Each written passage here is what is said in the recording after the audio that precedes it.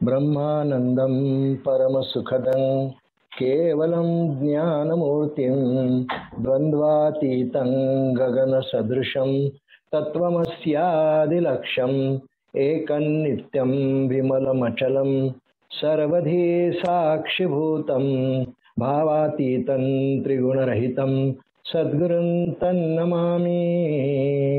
गुरुर्ब्रह्मा गुरुर्विष्णुः गुरुर्देवो महेश्वरः गुरुः साक्षात् परब्रह्म तस्मै श्री गुरवे नमः।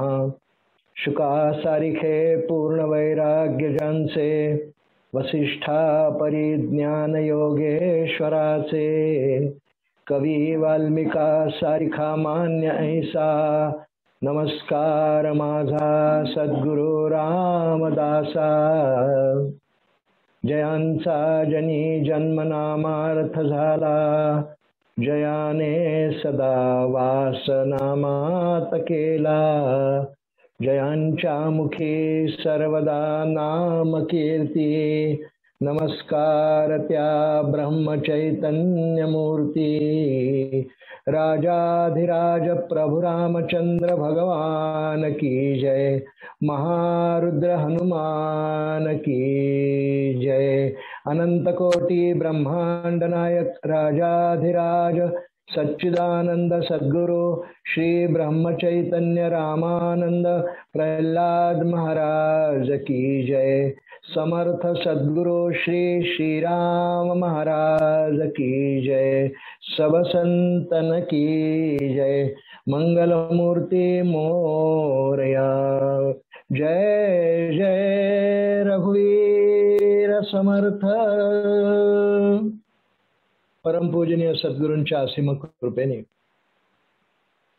परमपूजनीय श्री श्रीराम स्वामी महाराज यांच्या आज्ञेने अधिष्ठानाने कृपाशीर्वादाने अमरावतीमध्ये जो एक भव्य असा 9 दिवसांचा 13 कोटी रामनामोत्सव होत असतोय त्या उत्सवांतर्गत मलाही काही महाराजांची सेवा करायला मिळत असते।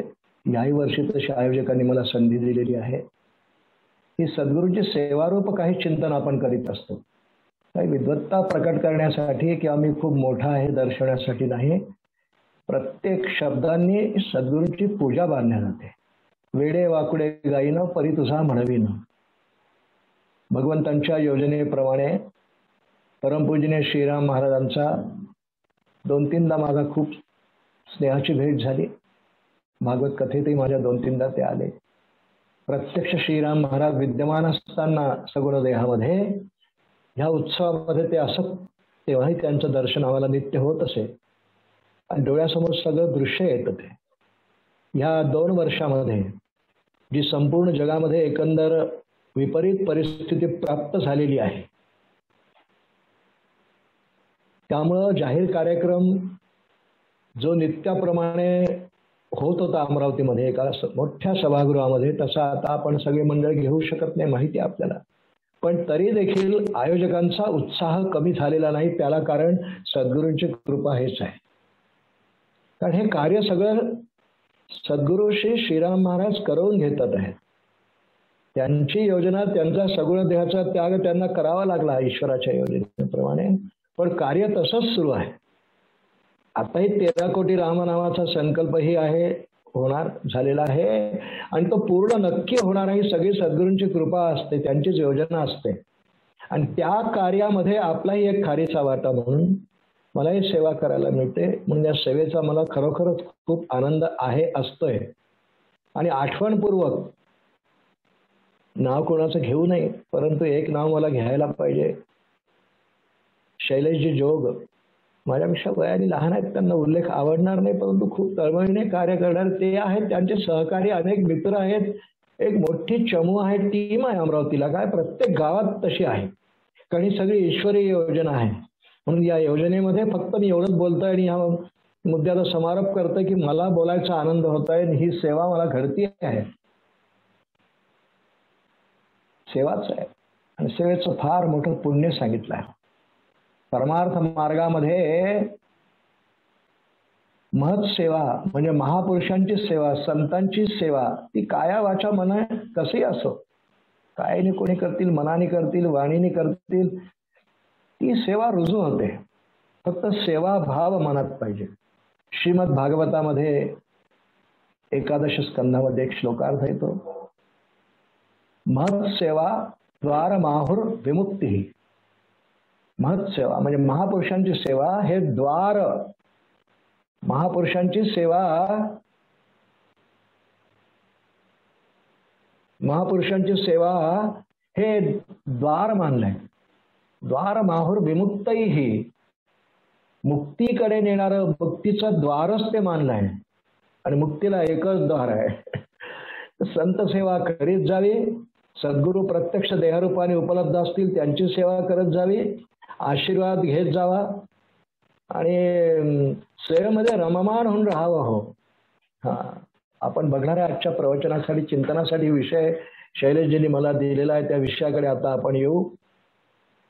पण ही एक प्रास्ताविक म्हणा, शिवाय पुढे चिंतन संपूर्ण झाल्यानंतर, सेवा पूर्ण झाल्यानंतर कदाचित वेळेचं भान राहणार नाही किंवा लक्षात राहणार नाही, म्हणून आधीच या उत्सवाचे सगळे आयोजक, सहकारी, त्यांचे मित्र, या सर्वांचे मी खूप आभार व्यक्त करतो आणि परमपूजनीय समर्थ सद्गुरू श्रीराम महाराज यांच्या चरणी साष्टांग दंडवत करून काही चिंतनाला प्रारंभ करू. मला चिंतनाला आलंबन म्हणून जो विषय दिला आहे शैलेशजींनी, तो सर्वांच्या अत्यंत परिचयाचा आहे आणि विशेषतः सद्गुरू भक्त किंवा कुठल्या तरी संप्रदायामध्ये शिष्यत्व ज्यांनी पत्कारलेलं आहे, आणि असं नसलंही तरी शिष्यत्वने पत्करलेलं, सद्गुरूने अजून लाभलेले देहदारी म्हणजे, पण तरी देखील हा श्लोक जो मला शैलेशजींनी चिंतनाला दिलेला आहे आता, सर्वांना बालपणापासून बहुतेक पाठ असतो ऐकून ऐकून. पुन्हा एकदा श्लोक म्हणू आणि मग यथाशक्ती यथामती आपल्या उपलब्ध वेळेमध्ये त्यावर काही चिंतन करण्याचा प्रयत्न करू. गुरुर्ब्रह्मा गुरुर्विष्णू गुरुर्देवो महेश्वरः, गुरु साक्षात परब्रह्म तस्मै श्री गुरवे नमः. समर्थ सद्गुरु श्री श्रीराम महाराज की जय, श्री ब्रह्म चैतन्य महाराज की जय. जय जय रघुवीर समर्थ.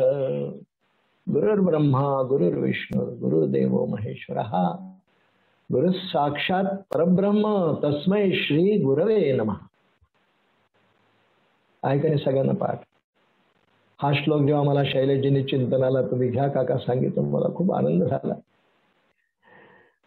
लहानपणापासून आपण सगळ्यांना तो पाठही असतोय, म्हणतोय. मी सहज विचार केला की रोजच संपूर्ण भारतवर्षामध्ये हा श्लोक किती वेळा म्हटला जात असेल. गंमत म्हणून नाही मोजता येणार.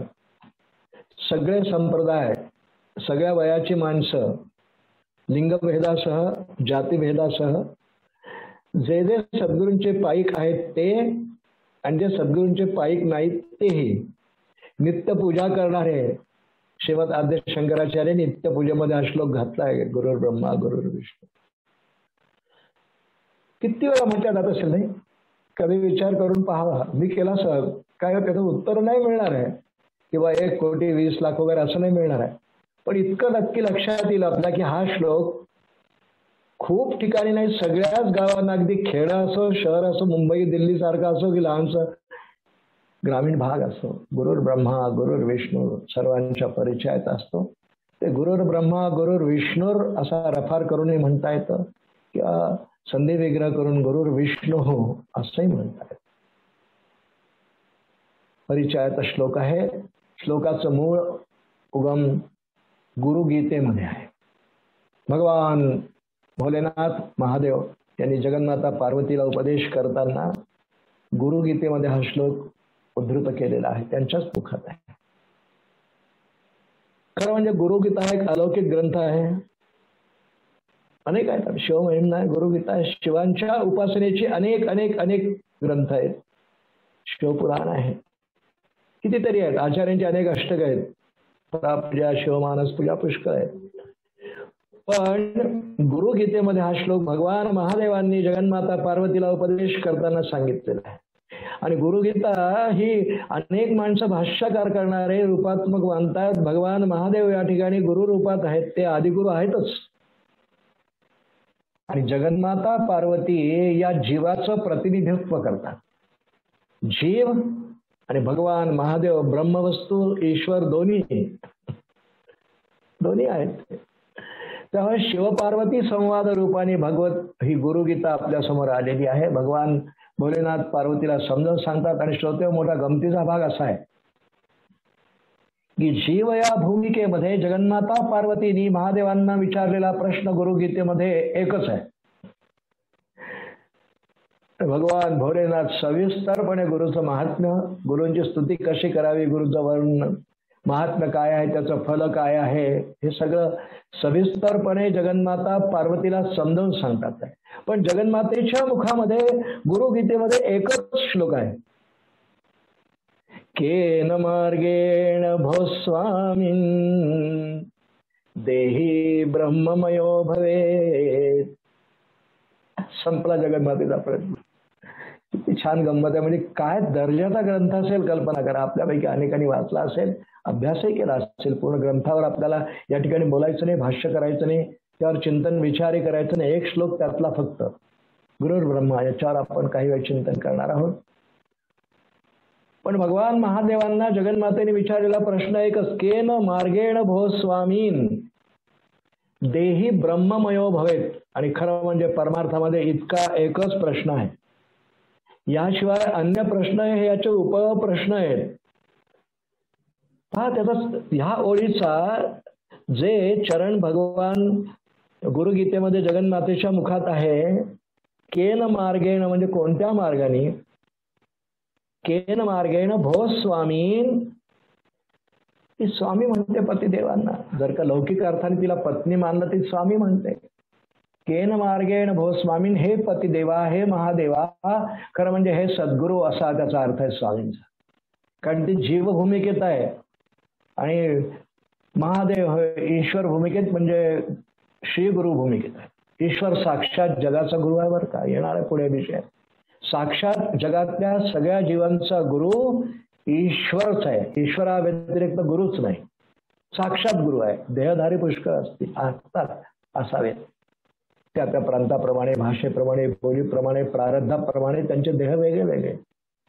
पण आदिगुरु महादेव हे जगाचे आदिगुरुच आहेत. पार्वतीच्या प्रश्नाची थोडी चिकित्सा म्हणल्याविषयी विचार करतोय आपण. मग गुरुर् ब्रह्माकडे येऊ आपण. नेमकं गुरुर् ब्रह्मा, गुरुर् विष्णू, गुरुर्देव महेश्वरा याचं गुरुगीतेत स्थान कुठे, इतकं ऐकून घेऊ आणि त्या श्लोकाच्या चिंतनाचा विचार थोडासा करू. केन मार्गेण भो स्वामीन, कोणत्या मार्गाने हे गुरुदेवा, हे स्वामी, हे महादेवा, देही ब्रह्ममयो भवेत. देही शब्दाचा अर्थ जीव असा होतो. हा जीव जगन्माता पार्वती आपल्या ती विचारती आहे प्रश्न, तिने स्वतःसाठी विचारलेला नाही. देही याचा अर्थ जीव, जीवाचा हा जीव ब्रह्मरूप कशाने होईल, केन मार्गेण, कोणत्या मार्गाने हा जीव ब्रह्मरूप होईल. जो आज ब्रह्मरूप समजत नाही स्वतःला, आहेच तो. कारण आचार्यांचंच विधान आहे, श्लोकार्धेन प्रवक्ष्यामी यदुक्तं ग्रंथकोटिभिः ब्रह्मसत्यं जगन्मिथ्या जीवो ब्रह्मैव न अपरः. जीव ब्रह्मच आहे. आचार्य म्हणतात जीव ब्रह्मैव न अपरः, तो वेगळा नाहीच, पण त्याला जाणीव नाही. ही जीवाची भूमिका लक्षात घेऊन जगन्माता म्हणते आहे, केन मार्गेण भो स्वामीन देही ब्रह्ममयो भवेत. खरं तर आहे भवेत. या ठिकाणी या चरणाचा अर्थ काही आचार्यांनी केला की तो कसा होईल मला समजावून सांगा. जगन्माता पार्वतीला काय माहिती नाही का सगळे जीव ब्रह्मरूप मुळात आहेतच, त्यांना माहिती आहे. पण साधारणपणे जो प्रश्न अनेकांच्या मनात येतो तो जगन्माता विचारते आहे की काय केल्याने, केन मार्गेण, कोणत्या मार्गाने हे जगद्गुरु महादेवा देही म्हणजे जीव ब्रह्ममय होईल. बस परमार्थामध्ये खरं म्हणजे ना एकच प्रश्न आहे. आणि गुरु गीतेच्या निमित्ताने आपल्याला जे शिकायला मिळतं की परमार्थ शास्त्रामध्ये खरं म्हणजे प्रश्न एकच की कोणत्या मार्गाने हा जीव म्हणजे देही ब्रह्मरूप होईल, संपलं. बाकी सगळ्या खटपटी साधनांचे प्रकार वगैरे वगैरे हे सगळे त्याचे परिशिष्ट आहेत. आणि केवढा अचूक, अगदी अचूक प्रश्न जगन्मातेने जीवांच्या प्रतिनिधी म्हणून जगन्मातेने विचारला. महादेवांना आनंद झाला. सद्गुरूंना, ईश्वराला किंवा देवाला फक्त एवढाच प्रश्न ऐकून आनंद होतो. आणि ह्या प्रश्नाच्या अनुषंगाने आपल्याला शिकवण आहे की सद्गुरूंकडे, देहधारी सद्गुरूंकडे सुद्धा गेला असताना नेमकं त्यांना काय विचारावं. त्याला हेच विचारावं, अगदी हेच नसेल विचारायचं साधनांबद्दल विचारावं. त्यातून माझी प्रगती कशी होईल हे म्हणावं. हे मी करीत असताना मला तुमचा आशीर्वाद असू द्यावा हे म्हणावं. साधनांमधले बारकावे विचारावे, साधनांची उंची समजावून घ्यावी. सद्गुरूंकडे जाऊन एवढंच करण्याचं कार्य आहे. येईल पुढे विषय आपण बोलणार आहोत. परंतु गुरुगीतेमध्ये हा श्लोक आहे. भगवान महादेवांनी पुढे 179 श्लोकांमध्ये जगन्माते पार्वतीला खूप छान तत्वज्ञान गुरुविषयी, शिष्यांविषयी आणि ऐक्याविषयी समजावून सांगितलेला आहे. तो सगळा गुरुगीतेचा सविस्तर विषय आहे. आपण ऐकले असेल, कुणाच्या तरी श्रीमुखातून यापूर्वी ऐकले असेल, वाचले तरी असेल, किंवा आपण जर गुरुभक्त या श्रेणीमध्ये असू तर गुरुगीता वाचायला पाहिजे. हो, आमचे पूज्य सद्गुरू प्रल्हाद महाराज साखरखेडा गुरुगीता नित्य वाचायचे, नित्य पठणात, रोज वाचनात असायचे. गुरुमार्ग आहे तो. खूप छान प्रतिपादन भगवान महादेवांनी केलेलं. पूर्ण ग्रंथाचंही वाचन, अभ्यास करावा. गुरुभक्तांना खूप चांगलं मार्गदर्शन वारंवार वाचून वाचून आपणही असं वर्तावं, वागावं अशी एक विचारधारा सद्गुरुभक्तांच्या मनात येते. म्हणून तो विचार आपण केला. गुरुर्ब्रह्मा गुरुर्विष्णू गुरुर्देवो महेश्वरः गुरु साक्षात परब्रह्म तस्मै श्री गुरवे नमः. गुरुगीतेतला श्लोक. नमः पदावरून आपल्याला बोध होतोय. आधी श्लोकाचा शब्दार्थ पाहू आणि मग काही वेळ चिंतन करू. तत्वाचं चिंतन थोडं केलं पाहिजे, करू आपण. आणि सर्वसामान्य भक्तांच्या मनात गुरूंविषयी जी भावना, धारणा आहे त्यालाही स्पर्श करू की गुरु काय आहे तत्व, सद्गुरू आम्ही केल्याचा अर्थ काय हे आपण थोड्या वेळाने पाहू. आधी शब्दार्थ पाहू.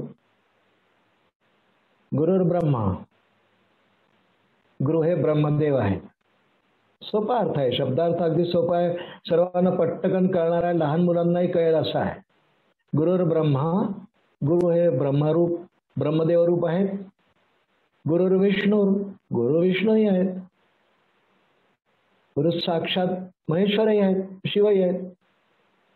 गुरु साक्षात परब्रह्म, गुरु साक्षात पाठभेद आहे. गुरुरेव परब्रह्म, गुरु एव परब्रह्म असंही पाठ आहे.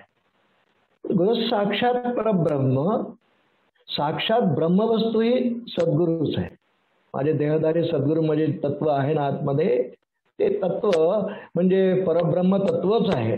गुरु साक्षात परब्रह्म अशी 3 चरण एकंदर सद्गुरूंच्या विषयीच्या वर्णनाची आहेत.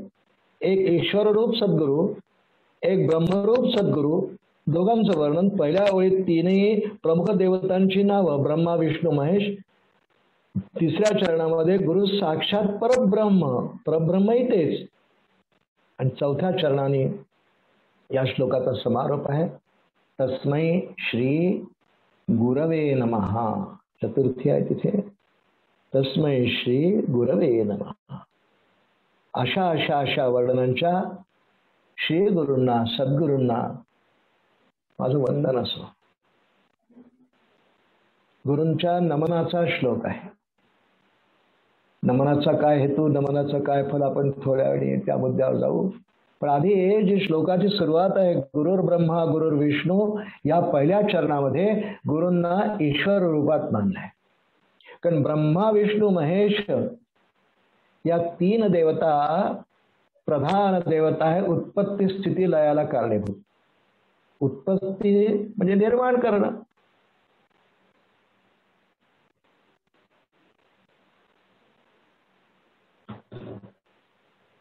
उत्पत्ती म्हणजे निर्माण करणं, स्थिती म्हणजे सांभाळणं आणि परिपालन करणं, आणि रुद्रांचा जो त्यातला सहभाग आहे तो संवाराची म्हणजे घेऊन जाण्याची. हे ईश्वर रूप सद्गुरूंचं वर्णन सुरू आहे. त्यानंतर गुरु साक्षात परब्रह्म हे ब्रह्मरूप ईश्वर सद्गुरूंचं वर्णन सुरू आहे. म्हणून एकाच श्लोकामध्ये ईश्वर रूप आणि ब्रह्मरूप सद्गुरू दोघांचे वर्णन बरोबर श्री महादेवांनी जगन्मातेला सांगताना आलेलं आहे.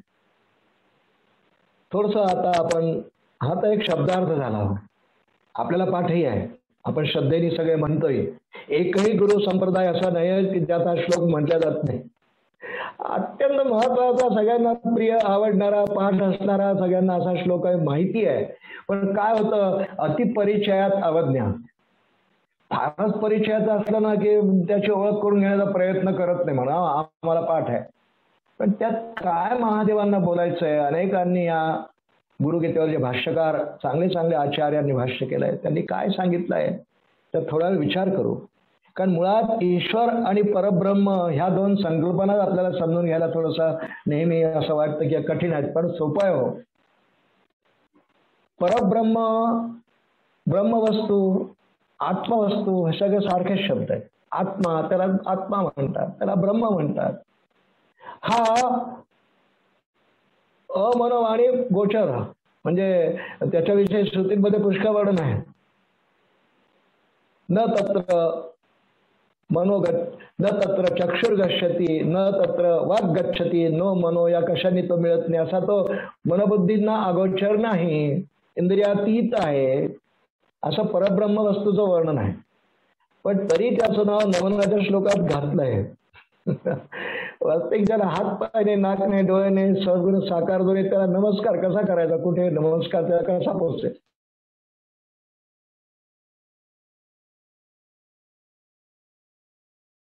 करू. आधी जे पहिल्या चरणात वर्णन आहे, ईश्वराची 3 भूमिका आहेत. त्या भूमिकेला ईश्वर बरोबर न्याय देतो. आणि खरं म्हणजे ईश्वराच्या वेदांत शास्त्राप्रमाणे एकंदर 5 भूमिका असतात. उत्पत्ती, स्थिती, लय, हे माहिती आपल्याला. जसं आता माझ्या समोर एक घड्याळ आहे, कोणी ते निर्माण केलं, उत्पत्ती करणारा कोणी लागतो ना, तसं सगळं हे विश्व आपल्या चक्षुंनी दिसणार हे निर्माण करणारा जो आहे, तया नावदेव श्रीराम समर्थ म्हणतात. तया नावदेव, जितकं डोळ्याने दिसतं अफाट अनंत कोटी ब्रह्मांड नायक असा जो आहे, किती करोडो सूर्य, दिवी सूर्य सहस्रस्य, हे सगळं निर्माण करणारा, सर्व करता निरंतर नाम ज्याचे श्रीराम समर्थ म्हणतात. उत्पत्ती, स्थिती, सगळे निर्माण केले, मनुष्य, सगळे प्राणी, स्थावर जंगम, यांचं परिपालन कोण करेल. सकल जीवांचा करीतो सांभाळ, तुझं मोकलीला ऐसे नाही, किंवा सकल जगाचे पोषितो एकलाची, पालन कर. खाय प्यायला, झोपायला, दिवाळ्याला, सगळ्या क्रिया, भूक लागण्याची, शुद्धा तृषा, सगळ्या हे पालनामध्ये या क्रिया येतात. हाही तो करतो. उत्पत्ती, स्थिती आणि लय घेऊन जातो. लय म्हणजे संपणे. एखादी चर्मचक्षूंना दिसणारी गोष्ट पुढे न दिसणे, तिचा संहार किंवा लय, लय म्हणतात, प्रलय म्हणतात, दिसत नाही, नाहीशी होते. आणि जे जे जे जे निर्माण होतं आणि जे आपल्या डोळ्याने दिसत असतंय ना, ते एक दिवस संपतं. यदृष्टं तन्नष्टम अशी श्रुती आहे. अशी उत्पत्ती, स्थिती आणि लय ही 3 ईश्वराची मुख्य काम आहे. ती ह्या सृष्टी जोपर्यंत दिसते आहे ना आपल्याला, तोपर्यंत उत्पत्ती, स्थिती, लय प्रक्रिया आपल्याला मानायचीच आहे. ती मानायची आहे. जेव्हा तिचा सगळा ऱ्हास होईल, निराश होईल, तेव्हा मात्र अरे अगाय झालेची नाही असा मग अजातवाद समर्थ बोलतात. पण तो आपल्याला तो नाही करायचं.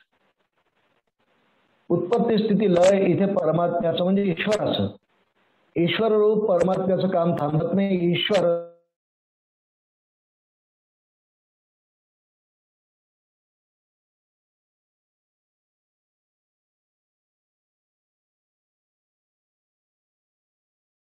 भूमिकेत आहे. आणि बरोबर त्याच क्रमांनी भगवान महादेवांनी हे नाव दिली आहेत.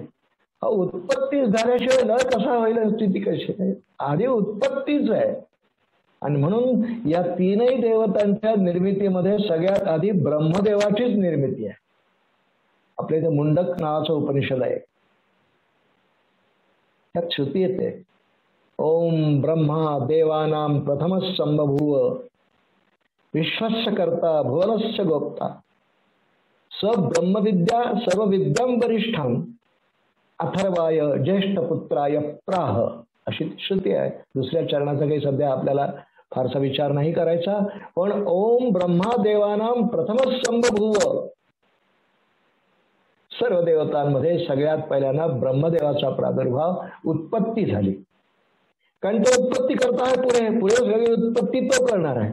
तो भगवान नारायणाच्या नाभिकमलामधून एकाकी न रमते अशी वृत्ती आल्यामुळे एकोहम बहुश्याम प्रजायेय ही सुद्धा श्रुतीच आहे.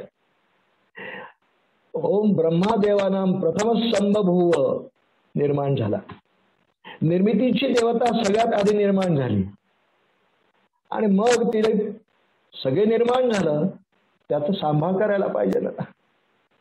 झाड उगवलं ते वाढेल कसं, त्या झाडाच्या फुलांना सुवास येईल कसा, मग त्यासाठी एकंदरीत जी सगळी व्यवस्था परिपालनाची, त्यासाठी विष्णूंची पालन करणारे, सांभाळणारे, आणि मग रुद्र हे नेणारे. म्हणून उत्पत्ती स्थिती लयाला तीन देवता, त्यांच्या एकंदर कार्याप्रमाणे त्यांना भूमिका आहे, नाव आहे. पण एवढ्यावर ईश्वराचं कार्य संपत नाही. आपण ईश्वररूप गुरु समजून घेत आहे. गुरुर ब्रह्मा गुरुर विष्णुर गुरुर्देव महेश्वरा, एवढ्याच चरणाचा अर्थ. ह्या व्यतिरिक्त अजूनही ईश्वराला दोन कार्य असतात, उत्पत्ती स्थिती लय प्रवेश. चौथं त्याची भूमिका प्रवेशाची असते. कठोपनिषदामध्ये पुन्हा श्रुती येते, तत्सृष्ट्वा तदनुप्राविशत. हे सगळं निर्माण करून परमात्मा म्हणजे ईश्वर त्या सर्वांमध्ये प्रविष्ट झाला. झाडामध्ये परमात्मा आहे, वेलींमध्ये परमात्मा आहे, वाघामध्ये परमात्मा आहे, माझ्यातही परमात्मा आहे. म्हणून पुढे शिकवण कशी आहे हे कळत नाही आपल्याला साधना काळात. जे जे भेटे भूत ते ते मानिजे भगवंत, हा भक्तियोग निश्चित जाण मागा, इथे माऊलींनी आपल्याला पोहोचवलाय. पण प्रत्येक भूतामध्ये, भूत म्हणजे जे जड या चर्मदृष्टीने दिसतं, जे दिसतं ते भूत. आपण हे भूतच आहोत बरं का, असं येतं आपल्याला. भगवद्गीतेचा 8वा अध्याय वाचावा, आपण हे भूतच आहोत. या सर्व भूतांमध्ये भगवंतांनी तत्सृष्ट्वा ते निर्माण करून त्यामध्ये प्रवेश केला. याला ईश्वराच्या प्रवेश भूमिकेचा विचार आपण थोडक्यात करतोय. निर्माण केलं, सांभाळतोय, आणि मध्ये निर्माण झाल्याबरोबर त्यात तो प्रविष्ट झाला. समुद्रातही तो आहे, नदीतही आहे, पहाडात आहे, वृक्षामध्ये आहे, वेलीमध्ये आहे, चांदण्यांमध्ये आहे, आकाशामध्ये, पंचमहाभूतांमध्ये आहे. त्याशिवाय कार्यच नाही करू शकत. आणि म्हणून प्रवेश, भगवंतांच्या या जगतातल्या प्रवेशाशिवाय जगाला चालनाच मिळाली नसती. आणि म्हणून भगवान त्यात प्रविष्ट झाले. ही त्याची चौथी भूमिका आहे, प्रवेश. आणि त्याच बरोबर त्याचं एक प्रशासन आहे. इंग्रजी शब्द समजेल सगळ्यांना, माहिती असेल अनेकांना. Administration. The biggest administration of the world is God. आणि त्याच्या ऍडमिनिस्ट्रेशन मध्ये किती येतात, म्या बोलल्या वेदू बोले माऊली म्हणून, म्या चालविल्या सूर्य चाले. सूर्यचंद्रांना पण त्याच्यात गती आहे, ग्रहगोलाला त्याच्यात गती आहे. काय परमात्मा, आपण खरंच नाही विचार करू शकत हो, खरंच नाही करू शकत. आणि पण तरी देखील यांच्या सर्वांचा प्रशासक पाहिजे की नाही. आकाशाचाच विचार केला थोडा वेळ तर किती अनंत कोटी ब्रह्मांड म्हटल्यानंतर चंद्र तारे किती, करोडो ग्रह आसमंतामध्ये. असं भराभर टकरा होतात का कधी? मनुष्य निर्मित 2 विमानांच्या टकरा होतील, पण 2 सूर्य आणि चंद्राची कधी टक्कर होत नाही. ग्रहण दिन लागतात, एकमेकांच्या मध्ये येतात. कोण करत आहे? करत नाही हो, हे करून ठेवलं आहे. सृष्टी उत्पत्तीच्या क्षणाला भगवंतांनी आपल्या प्रशासन भूमिकेला न्याय देऊन एवं प्रवर्तितं चक्रम नानुवर्तयति हय असं करून ठेवलंय. आणि तो आरामाने झोपतोय. शयन करतोय क्षीरसागरामध्ये शय्येवरती. पण हे ऑटोमॅटिक कळतं. आजकाल रिमोटही त्याच्या हातात, ऑटोमॅटिक लावून दिल्या ग्रहगोलांच्या गती, मनुष्यांच्या गती, प्रारब्धाची व्यवस्था, कर्मविपाक सिद्धांत, अनेक अनेक अनेक, हे सगळे त्याचं प्रशासन आहे. कारण एखाद्या जीवाने काही कर्म केल्यानंतर त्याला शिक्षा किंवा चांगलं फल देण्याचा अधिकार फक्त परमात्म्याचा आहे, राखीव आहे. That is the supreme court of spiritual science. परमात्मा, ईश्वर, नारायण. कारण ब्रह्मवस्तू काहीच करत नाही, ती निराकार, ते काही करत नाही, ती काही करीत नाही. परंतु परमात्मा हे सगळं करतो आणि सकल जीवांचा करीतो सांभाळ प्रमाणे. परमात्म्याच्या प्रशासन या व्यवस्थेप्रमाणे ऍडमिनिस्ट्रेशन, 5 भूमिका ईश्वराच्या असतात. आणि ह्या भूमिका आधी समजून घेऊ. आणि ह्या गुरूंमध्ये प्रविष्ट आहेत. आपण येणार आहे म्हणून नमस्कार करायला सांगितलंय. कारण महादेवांचा श्लोक काही साधा असेल का हो? म्हणून ह्या श्लोकाचं चिंतन करताना, पहिल्या चरणाचा विचार करताना आधी आपण ईश्वराच्या भूमिकेचा शास्त्रानुसार थोडा विचार करतोय, थोडा वेळ, 10 मिनिट. त्यानंतर गुरु साक्षात परब्रह्मावर येऊ आणि मग खरा सगळ्यात जास्त विचार तस्मै श्री गुरवे नमः या पदाचाच करायचा. परमात्मा सकल सृष्टीचा सांभाळ इत्यादी करतोच, पण त्याचबरोबर परमात्मा जेव्हा वेळ येते, यदा यदा धर्मस्य ग्लानिर्भवति भारत अभ्युत्थानम धर्मस्य तदात्मानं सृजाम्यहम्, हा श्लोक आहे. अवतार घेतो ना, ते अवतार परमात्मा 2 प्रकारचे घेतो. 2 प्रकारचे अवतार घेतो. प्रकारचे याचा अर्थ 2 प्रकारचे कर्म करणार. एक भगवंतांचा शस्त्रधारी अवतार असतोय, की ज्या अवतारात परमात्मा शस्त्र घेऊन संहारच करेल. आता कलियुगाचं जे वर्णन आहे, कल्कीचा जो अवतार आहे शस्त्रधारी अवतार आहे, फक्त ज्ञानभूमिकेत बौद्धभूमिकेत नाही जाणार आहे. रामांचा अवतार प्राधान्याने शस्त्रधारी आहे, पण शस्त्रधारी आणि एक अवतार शास्त्रधारी.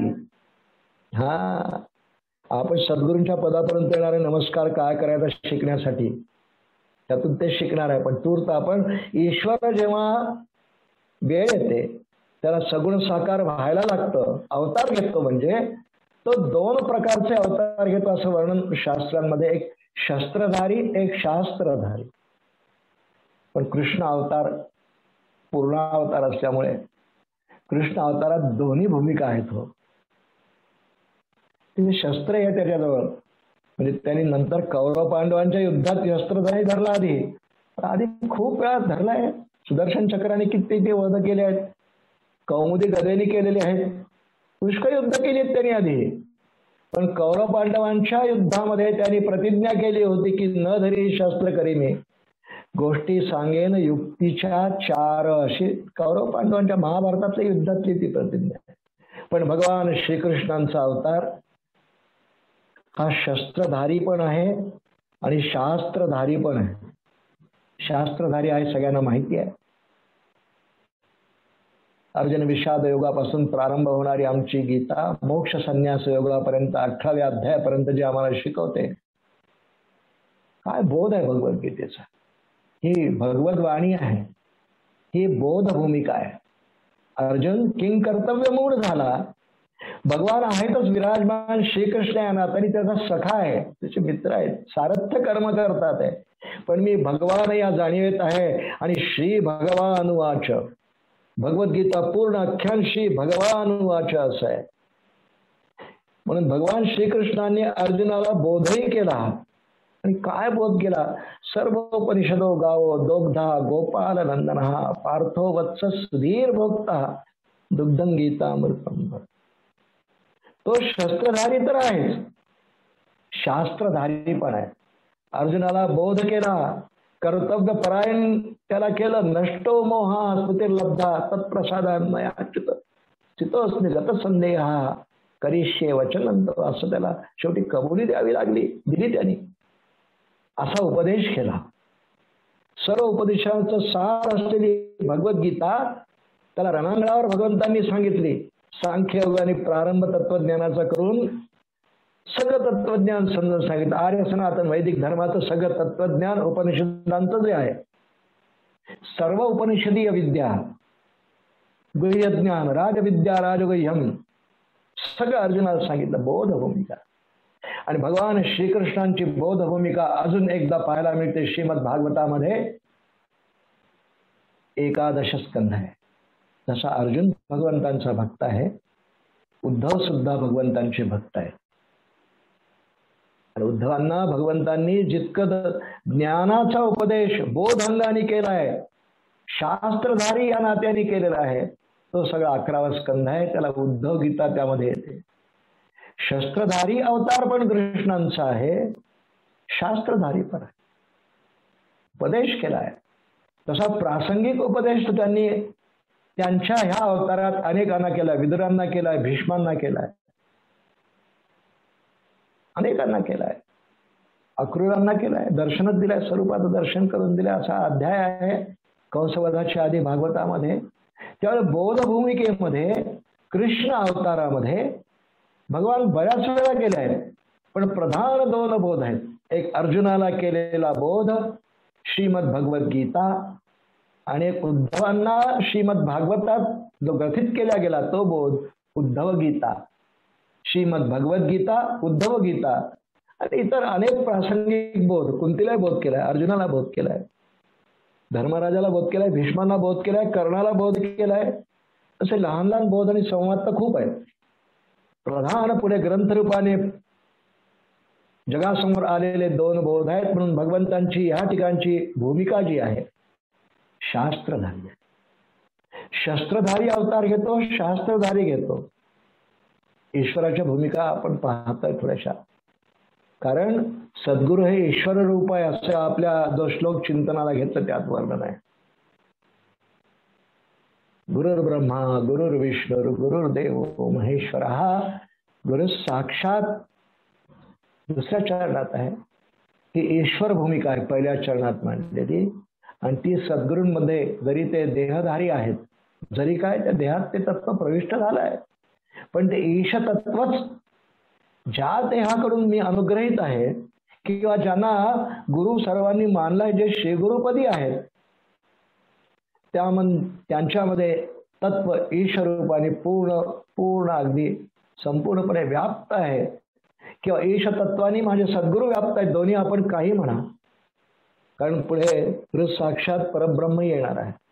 पहिल्या चरणात फक्त गुरुर ब्रह्मा गुरुर्विष्णू गुरुर्देवो महेश्वर, 3 नावं ब्रह्मा विष्णू महेश हे गुरुर ब्रह्मा गुरुर्विष्णू 3 गुरु आहेत. आणि मगाशी अगदी प्रास्ताविक करतानाच एक मुद्दा बोलला गेला की संपूर्ण जगताचा साक्षात गुरु ईश्वरच आहे. ते गुरुतत्व हे कोणत्या तरी देहधारी व्यक्तीमध्ये आविर्भूत झालं आणि जे मला उपदेशाला कारण ठरलं, ज्यांनी मला उपदेश केला, गुरु मंत्र दिला, साधना मार्ग दाखवला, ते श्री गुरु. समर्थ रामदास स्वामींची दासबोधात प्रसिद्ध उभी आहे. पण ते वेगळ्या प्रांतात वेगळ्या देहाने, कोणी धोतर नेसेल, कोणी लंगोटी नेसेल, कोणी बाराबंदी घालेल, जटा भार ठेवेल, कोणी केस वाढवेल, कोणी ठेवणार नाही. साधू दिसती वेगळ आले, साधू दिसती वेगळ आले, परी ते स्वरूपी मिळाले, अवघे मिळून एकच झाले, देहातीत वस्तू श्रीराम. समर्थांची दासबोधाची फार मार्मिक आणि चांगली उभी आहे. दिसायला वेगळे, पण साधू दिसती वेगळे आले, परी ते स्वरूपी मिळाले. अखंड स्वरूपानुसंधान मुख्य साधूचे लक्षण दासबोधच सांगतात. अखंड स्वरूपाच्या ठिकाणी रममान असतात, पण जे कार्य ईश्वराच्या योजनेत त्यांच्या वाट्याला आलं असेल त्याप्रमाणे प्रादुर्भाव होतो. कोणी गोंधळात कार्य करतंय, कोणी साखरखेड्याला करतंय, कोणी नर्मदेच्या किनाऱ्यावर करतंय, बडवाहाला करतंय, अनेक ठिकाणी सद्गुरु तत्वच कार्य करतंय. आणि ते कार्य करीत असताना जीवांचा उद्धार व्हावा ही अवतारातल्या, हे संतांच्या अवतारच आहे. जगाच्या कल्याणात संतांच्या विभूती अवतारच आहे. काही करून या जीवाचं कल्याण व्हावं, निदान तो कल्याणाच्या मार्गाला लागावा, त्या पथावर त्यांनी राहावं, त्यांनी सदाचार करावा. ईश्वर सर्वश्रेष्ठ आहे. ईश्वराने निर्माण केलेल्या सृष्टीमध्ये सर्वश्रेष्ठ पदार्थ ईश्वरच आहे हे त्याला समजावं, असा बोध व्हावा.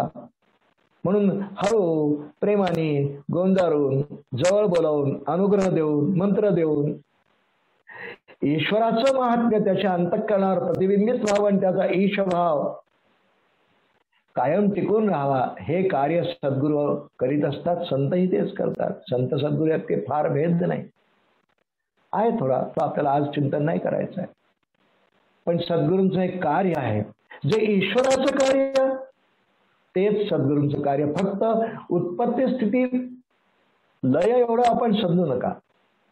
ते ईश्वराचं कार्य, पण ते ईश्वर तत्व एखाद्या देहधारी व्यक्तीत आल्यानंतर प्राधान्याने सद्गुरू हे बोध भूमिकेत जातात. बोध भूमिकेत जीवांना बोध शब्दाचा अर्थ उपदेश मार्गदर्शन असं होतं. आणि गुरुतत्व हे मार्गदर्शकच आहे. आणि त्यापेक्षा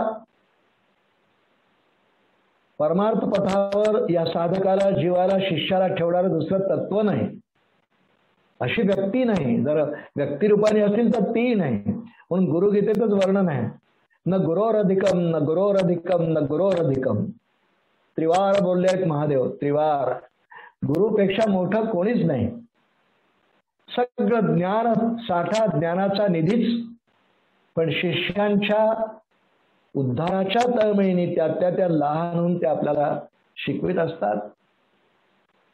इथपर्यंत आपण सद्गुरूंच्या ईश्वर रूपाचा थोडा विचार केला. आता गुरु साक्षात परब्रह्म.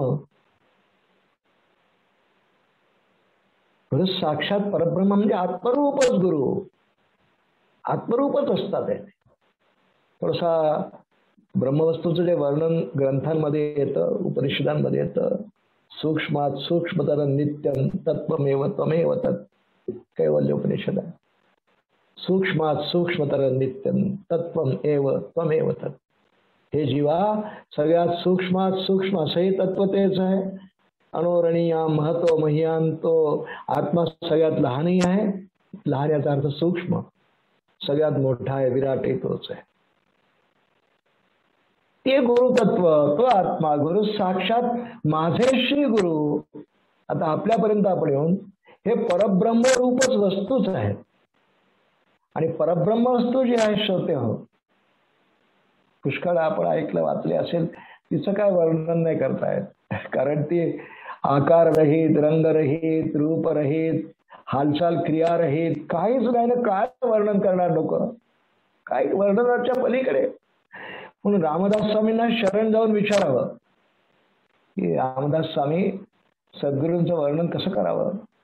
ते म्हणाले, आता सद्गुरू वर्णवेना जेथे माया स्पर्श सकेना, ते स्वरूप मजा ज्ञान काय करे श्रीराम. सद्गुरु स्तवनाचा समास. गुरु साक्षात परब्रह्म याचा विचार करतात. साक्षात परब्रह्म म्हणून सद्गुरूंचं वर्णन होत नाही, होत नसतंय. आम्ही तर करतो.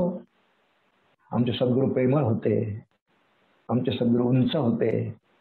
त्यांना न मिरचीचा ठेचा खूप आवडायचा, त्यांना न पुरणाचे पोळे खूप आवडायचे. इतके छान बोलायचे, प्रेमाने पाठवून हात फिरवायचे. आज परब्रह्मरूप सद्गुरूंचा विचार नाही आहे, हा ईश्वररूप सद्गुरूचा आहे. म्हणून सद्गुरू असं लक्षातच ठेवून घ्यावं नेहमी. आपलं ते बोलणं वाईट नाही, चुकीचं नाही, म्हणजे मूर्खपणाचं नाही. ते श्री गुरूंचं, देहधारी गुरूंचं अगदी बरोबर आहे. ते साधकाने केलंच पाहिजे हो.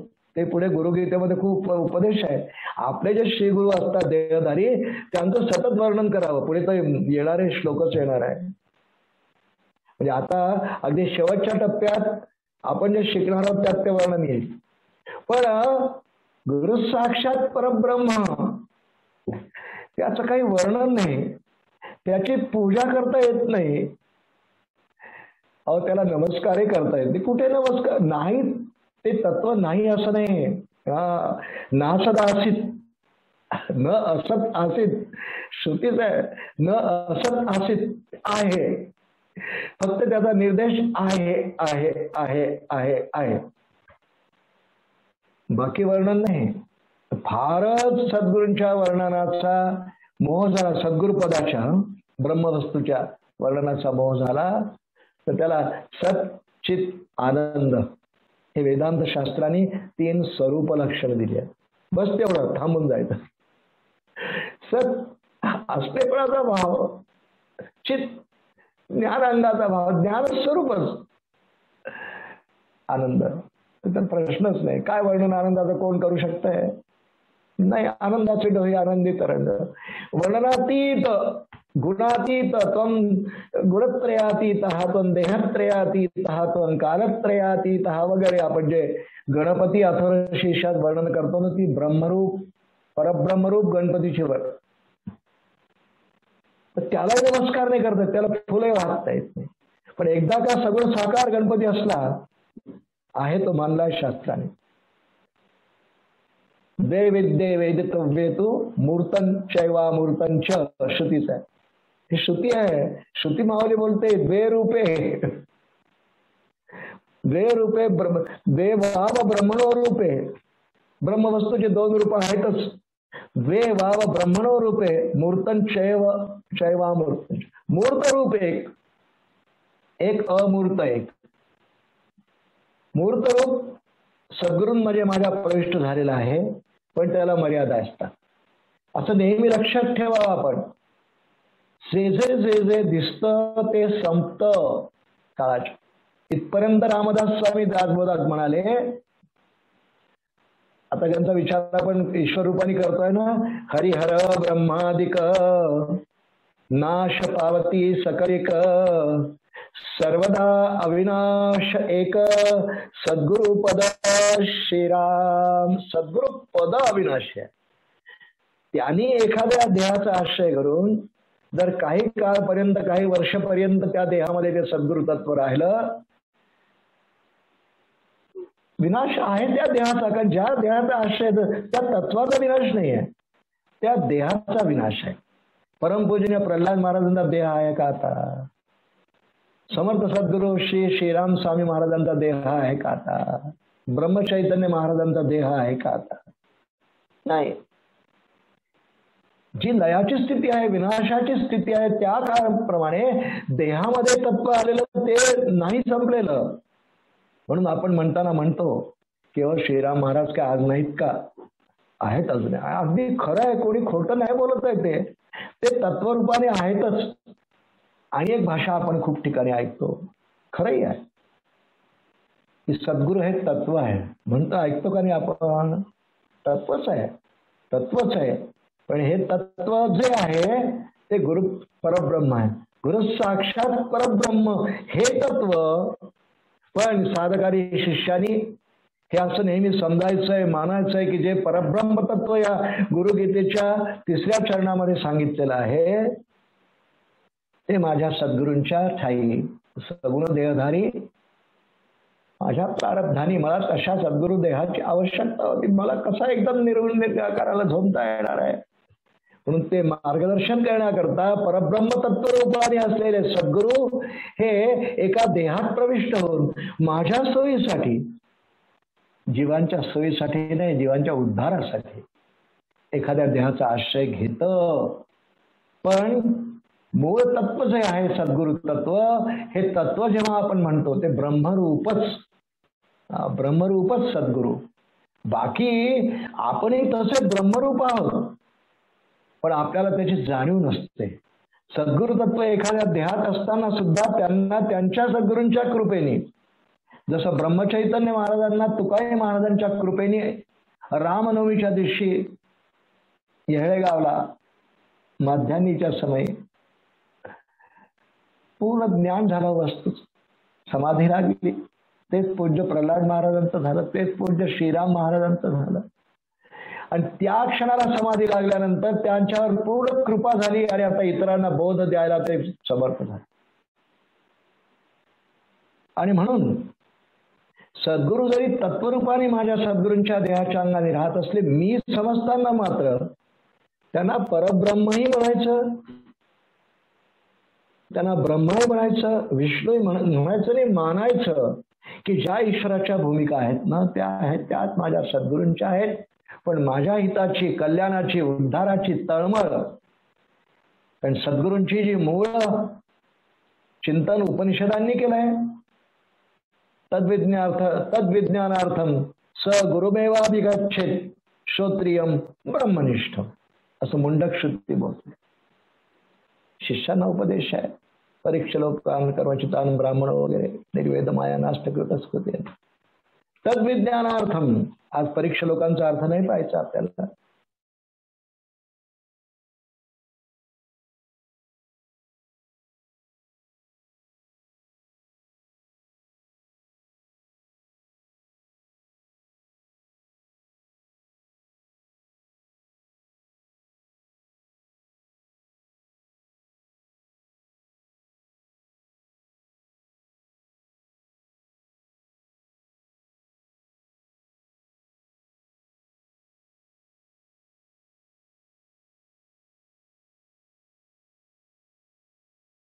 आणि त्यामुळं ते इतरांच्या उद्धाराचा विचार करतात, करू शकतात, ते करतातच.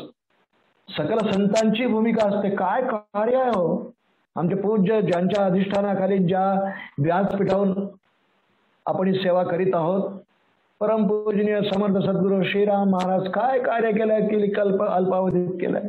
13 कोटी रामनामाच्या सहाकार नाही म्हणू, नाममंत्रांचा जप किती गावांना, किती लोकांना वळण लावलं, मंदिरांची निर्मिती काय केली, काय हसरा स्वभाव, काय मूर्ती, काय कार्य. कारण ईश्वरी कार्य आहे हो, ईश्वरीय कार्य आहे त्यांचं म्हणतो आपण. म्हणजे काय, ते ईश्वर रूप आहेत, ईश्वराचा अंश आहे त्यांच्यात. धर्मस्थापनेचे नर ते ईश्वराचे अवतार झाले आहेत, पुढे होणार देणे ईश्वराचेच. ईश्वराच्या भूमिकेत, योजनेत ते असतंय. श्रोते हो, ह्याप्रमाणे काही वेळा आपण गुरुगीतेतला जो श्लोक आपण चिंतनाला थोडा घेतला तत्वरूपाने, थोडस चिंतन केलं. गुरुर् ब्रह्मा गुरुर्विष्णू गुरुर्देव महेश्वरः गुरु साक्षात परब्रह्म तस्मै श्री गुरवे नमः. आता तस्मै श्री गुरवे नमः काही वेळ विचार करू.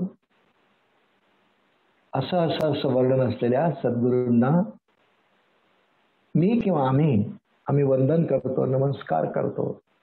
तस्मै श्री गुरवे नमः हे पालुपद असलेले गुरुकृतेमध्ये 5-7 श्लोक आहेत. हा त्यातला सर्वात महत्वाचा यासाठी म्हणून सर्वांना पाठ आहे. आणि ईश्वररूप आणि ब्रह्मरूप सद्गुरूंचं यात वर्णन आहे, महत्वाचं आहे. त्यांच्या स्वरूपासह त्यांना वंदन. मग असा एक मुद्दा बोललो मी आपल्याला की ब्रह्मवस्तूला वंदन नाही करता येत, तिला वंदन करायची एक रीत आहे. ती सगळ्यात अखेरच्या क्षणाला आपण ती पाहू की असं काय करता येत नसेल तर काय करावं. पण नमन करण्याचा अधिकार म्हणल्यापेक्षा ज्याला नमन करता येतं असा सगुण साकार परमात्मा किंवा सगुण देहधारी सद्गुरू यांना मात्र वंदन करता येतं. प्रत्यक्ष उपलब्ध असतील सद्गुरू, पायावर डोकं ठेवतायत, पाद्य पूजा करता येते, त्यांच्यासमोर असा हात जोडून उभं राहता येतं, त्यांना साष्टांग प्रणिपात करता येतो. कारण सद्गुरूंना साष्टांग प्रणिपात करायला शास्त्राने सांगितलंय. दासबोधामध्ये नवविधा भक्ती निरूपण जे आहे त्यामध्ये वंदन भक्ती आली आहे, 6वी भक्ती आहे क्रमाने. तिचा मूळ आधार भागवतात आहे. श्रवणं कीर्तनम विष्णू स्मरणं पादसेवनम प्रधानच्या 3 श्लोक आहे. रामदास स्वामींनी या नवविधा भक्तीवर भाष्य केलं, दासबोधात तो ग्रथित केला नवविधा भक्ती निरूपण नाव, आणि त्याची 6वी भक्ती वंदन आहे. फार सुंदर समास आहे, आपण वाचला असेल, चिंतनही केलं असेल. इथे नमनाचा उल्लेख आहे म्हणून मी बोलतोय आपल्याला. त्या समासात खूप सुंदर निरूपण आहे. आता साधकांच्या दृष्टीने आपण थोडासा विचार करणार आहोत. आपल्याला जे सद्गुरू प्राप्त प्रारब्धवशात झाले, सगुण देहधारी सद्गुरू, त्यांना अखंड वंदन करीत जावं. ते माझ्या जवळ आहेत, माझ्या गावात आहेत, मी त्यांच्या गावात आहे. प्रत्यक्ष त्यांना बघून दर्शनाने नमस्कार असं नाही आहे. समजा मी अमरावतीला राहतो, माझे सद्गुरू परगावी आहेत, मला तर नमस्कार करायला तस्मै श्री गुरवे नमः श्लोक जेव्हा आपण म्हणू ना, हा नुसता म्हणण्यासाठी नाही आहे. 3 चरण जे पाहिले, थोडासा अर्थविवेचन आपण आधी पाहिलंय, पण तस्मै श्री गुरवे नमः ही क्रिया मात्र साधकाकडून, शिष्याकडून, अनुग्रहितांकडून नित्य नियमाने घालायला पाहिजे, प्रतिक्षण घालायला पाहिजे. सद्गुरूंना वंदन ते माझ्या समोर उभे असतानाच मी करीन, हा अट्टहास, आग्रह, दुराग्रहाची भूमिका न घेता. तर वंदन करताना प्रत्यक्ष असेल तर फार उत्तम आहे. असं कसं शक्य आहे? 24 तास गुरु त्यांचे पाय मला दिसतील आणि त्यांचा चेहरा दिसायचं कसं होईल? त्यांना काही इतर कार्य नाही. पण माऊलींनी एक छान उपाय सांगितला. खूप गुरूंचा महिमान गायला माऊली ज्ञानेश्वरीत. गुरुदेवांचं, श्री गुरूंचं, सद्गुरूंचं खूप महिमान आहे, प्रत्येक अध्यायात आहे. कारण ज्ञानेश्वर महाराज निवृत्तीनाथांचे शिष्य आहेत. इथपर्यंत त्यांनी वर्णन केलंय, म्हणून माझे नित्य नवे श्वासोच्छवासही प्रबंध व्हावे, गुरुसेवा काय नव्हे ज्ञानदेव म्हणे, गुरुकृपा काय नव्हे ज्ञानदेव म्हणे. या भूमिकेत ते ज्ञानेश्वर महाराज की माझ्या श्वास बाहेर पडला तरी एक प्रबंध होईल, कारण गुरुकृपा. म्हणून जाणीतेने गुरु बलजे, तेने कृतकार्य होईजे, जैसे मूळ संचने सहजे, शाखा पल्लव संतोष तीश. खूप गायल्यात म्हणून माऊली. त्यामुळे एक ओळी माऊली लिहितात की प्रत्यक्ष मला आता सद्गुरूंना वंदन करायला ते नाही, त्याच्या आधी खूप महिमा माऊली ज्ञानेश्वरी ग्रंथभर प्रत्येक अध्यायाच्या निरूपणात खूप महिमा गातात. ऐसे श्री यांनी समारोप आहे नमनाच्या क्रियेचा ते ज्ञानेश्वरीचा. ऐसे श्री गुरूंचे महिमान आकळीते के असे साधन, म्हणून या नमन निवांत केले. खूप चांगलं शिकवणारे योग्य आहे बरं का. त्याकडे आपण प्रवास करतात, आपण नमनाचाच विचार करणार आहोत. कारण तस्मै श्री गुरवे नमः मग सांगितलं आहे, गुरुगीतेत सांगितलंय, ज्ञानेश्वरीत सांगितलंय, समर्थांनी सांगितलंय, तुकोबारायांनी सांगितलंय, सकल संत आचार्यांनी सांगितलंय. मला काय करायचं आहे करताना? सगळ्या ग्रंथात खरं इतकं छान छान बोलले आहे. सद्गुरूंच्या वंदनाची क्रिया आपण शिकतोय. साष्टांग करायचं आहे खरं. साष्टांग नमस्काराचे कोण अधिकार समर्थांनी त्या वंदन भक्ती निरूपणात दिलंय. हो, आई वडील सद्गुरू हे साष्टांग नमस्काराचे अधिकारी म्हणल्यापेक्षा साधिकारी करायचं, यांना साष्टांग नमस्कार हुआ. नमनाच्या सगळ्या क्रिया त्यात दिलेल्या आहेत. मला आता काय करायचं? गुरु प्रत्यक्ष उपलब्ध नाही. खरं आमच्या सगळ्या ग्रंथांमध्ये ना खूप छान छान आहे विषय. तस्मै श्री गुरवे नमः खूप मोठा आहे, सगळ्या ग्रंथांमध्ये आहे. सगळ्या संतांनी त्याला खूप न्याय दिलाय. मला आता ह्या क्षणाला एकनाथी भागवतातली एक ओवी आठवते. काय नाथांची गुरु भक्ती आहे हो. कारण एकनाथी भागवत हा श्रीमद भागवताच्या 11व्या स्कंदावरचं भाष्य आहे. ते मोठा ग्रंथ आहे, 19-30 ओव्यांचा ग्रंथ. काय नाथांची गुरुकृपा आहे, काय गुरुभक्ती आहे, काय सेवा आहे, काय त्यांच्याविषयी आदराची भावना आहे. वाचावी प्रत्यक्षपणे. आता आपल्या विषयाला अनुसरून एक ओवी फक्त वेळेवर मला जी स्मरती आहे, छान आहे. गुरूंना वंदन नमनाचीच आहे. अहो त्यांनी तर म्हटलंय नाथांनी की सद्गुरूंचं माझ्या फक्त नाम आहे. तसं माझे पूज्य सद्गुरू प्रल्हाद महाराज. काय नाव आहे? प्रल्हाद. आपण ज्या व्यासपीठावरून बोलतो आहोत त्याचे अध्वर्यू समर्थ सद्गुरू श्रीराम महाराज. श्रीराम काय योगायोग आहे. आणि संप्रदायाचा मंत्र आहे श्रीराम जय राम जय जय राम. श्रीराम. नाथांनी हा सद्गुरूंच्या नामावरून सुंदर ओवी दिली. काय नाथांची उंची असेल चिंतनाची, आचरणाची, श्रद्धेची, भावाची, काय असेल कल्पना येते. सद्गुरूंचे नाममात्र, सद्गुरूंचे नाममात्र तेची आम्हा वेदशास्त्र, सकल मंत्रा वरिष्ठ मंत्र नाममात्र गुरूंचे. काय लिहितात हो. सद्गुरूंचे नाममात्र नाथ महाराज लिहितात आहे. तेची आम्हा वेदशास्त्र, तेच वेद, आम्हाला दुसरे वेद माहित नाही. सकल मंत्र वरिष्ठ मंत्र नाम मात्र गुरूंचे. म्हणून आपल्या सद्गुरूंचं नाव जितक्या जास्तीत जास्त वेळेला दिवसभरामध्ये आपल्या जिभेला स्पर्श करू शकत असेल, नुसतं वाणीलाच नाही, बुद्धीला, मनाला, स्मरणाने त्यात कृतार्थता मानावी की त्यांचीच कृपा आहे, की त्यांच्या कृपेने त्यांचं स्मरण मला होत आहे, त्यांच्या कृपेने मला त्यांना नमन करायचं. आणि नाव एकदा आठवलं, अशी कोण व्यक्ती असेल की सद्गुरूंचं नाव घेतलं की हात जोडल्या जाणार नाही? आपोआप क्रिया आहे ती. प्रत्येक संप्रदायात आहे. अनंत कोटी ब्रह्मांड नायक राजाधिराज सच्चिदानंद सद्गुरु श्री ब्रह्म चैतन्य रामानंद प्रल्हाद हात जोडल्या जातात. नुसता कोणी राष्ट्रगीतासारख्या गर्जना देऊन काही म्हणत नाही की असं, हातच जोडल्या जातात. म्हणजे सद्गुरूंच्या नामोच्चारणाबरोबर, देवाच्या नामोच्चारणाबरोबर, गजर केलेल्या नामोच्चारणाबद्दल भजनामध्ये आरती घेताना नमन केल्याच जातं.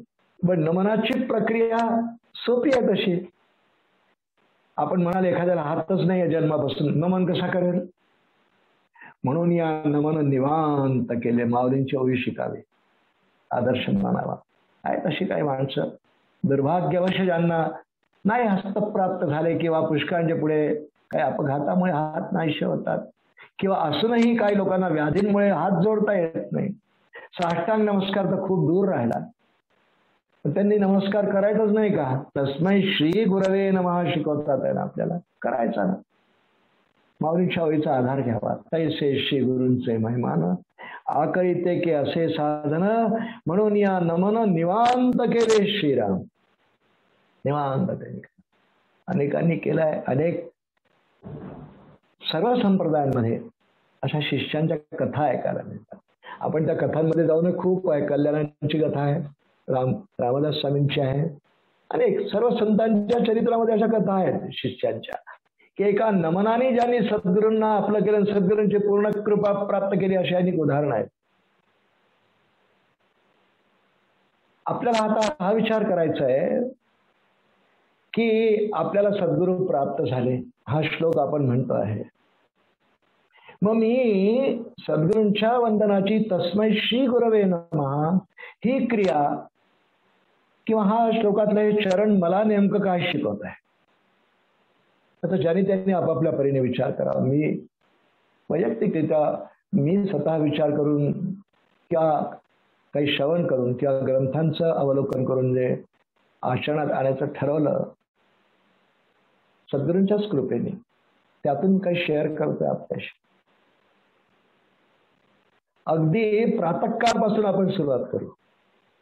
सद्गुरू प्राप्त झाल्यानंतर अनेकांना अशी एक भूमिका असते, नवख्या असतात म्हणा किंवा श्रवण खूप नसतं म्हणा, अधिकारी पुरुषांची भेट झाली नसते म्हणा, ग्रंथावलोकन नसतं म्हणून म्हणा, एक जाणीव धारणा असते सर्वसाधारणपणे, कुणाला दोष देत नाही, अशी असते की आम्ही सद्गुरू केले, मंत्र घेतला, आता आमचं सगळं सद्गुरू पाहतात. पुष्कळ अंशी बरोबर आहे, सद्गुरूची दृष्टी असते, कृपादृष्टी असते, पण ते सगळं नाही करणार आहोत. तुला करायला लागेल, काही साधना तुला करावी लागेल, सदाचार तुला करावा लागेल, चिंतन मनन तुला करावं लागेल. ज्या भूमिकेत तुला साधना दिलेली आहे, तुला नाम घ्यायला सांगितलंय ना, एक माळ जप करून कसं होईल? एक माळ जप करून रामाचं दर्शन कसं होईल? श्रीराम महाराज नेहमी सांगायचे, मी त्यांची अनेक प्रवचने ऐकली आहेत, आताही जुनी ऐकतो. पुस्तक त्यांनी मला एक भेट दिल्यात, ते मी वाचतो नेहमी. किती कळकळीने सांगतात. त्यांनी किती घेतलं. नाशिकला त्यांच्या साधना काळात त्यांनी काय उग्रतप केलं, नर्मदेच्या परिक्रमा काय केल्या, 13 कोटी रामनाम किती वेळा घेतलं. ब्रह्मचैतन्य महाराज सतत नामावतारच आहे, आणि ते पूज्य प्रल्हाद महाराज 13 कोटी रामनाम तर किती वेळा झाला माहिती नाही. आणि आमची भूमिका काय असते? आम्हाला अनुग्रह मिळाला ना, आता आम्हाला काही काळजीच नाही शामराव. आम्हाला लोक असे वाक्य सांगतात, आम्हाला आम्ही गुरु केले, आता आमची सगळी काळजी गुरूंना. आणि म्हणजे मी सहज गंमत म्हणून विचार, मला गमतीचा स्वभाव आहे. तुम्ही जप किती करता? जपाच्या संप्रदायात तुम्ही आलेला आहात, किती माळा जप करता?